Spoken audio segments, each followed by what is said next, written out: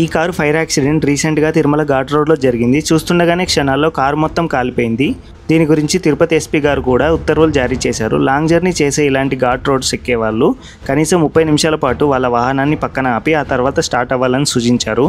ఇలాంటి యాక్సిడెంట్స్కి ముఖ్య కారణం engine over heating, after market accessories, టైంకి సర్వీస్ చేయకపోవడం ముఖ్య కారణాలు. How to avoid?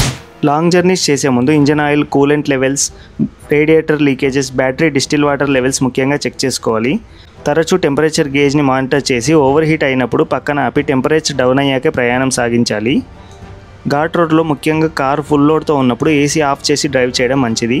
దీనివల్ల ఇంజన్ పైన ప్రెషర్ పడదు. డౌన్ హిల్లో బ్రేక్స్ని ఎక్కువగా యూజ్ చేయడం వల్ల బ్రేక్స్ ఫెయిల్ అయ్యే అవకాశం ఉంది. కాబట్టి ఇంజన్ బ్రేకింగ్ యూజ్ చేయాలి. అంటే బండిని సెకండ్ లేదా థర్డ్ గేర్లో డ్రైవ్ చేయాలి. దీనివల్ల క్లచ్ మరియు బ్రేక్ ప్యాడ్స్ లైఫ్ కూడా కాపాడొచ్చు. ఫైర్ ఎక్స్టింగ్విషర్ని ఎప్పుడు కారులో ఉంచుకోండి. దీని ధర అరౌండ్ 200 రూపీస్ మాత్రమే ఉంటుంది. ఇది ఫైర్ స్టార్ట్ అయిన వెంటనే యూజ్ చేసి అగ్ని ప్రమాదాలను అరికట్టచ్చు. మరిన్ని ముచ్చట్ల కోసం మోటార్ హెడ్స్ ఛానల్ని సబ్స్క్రైబ్ చేయండి.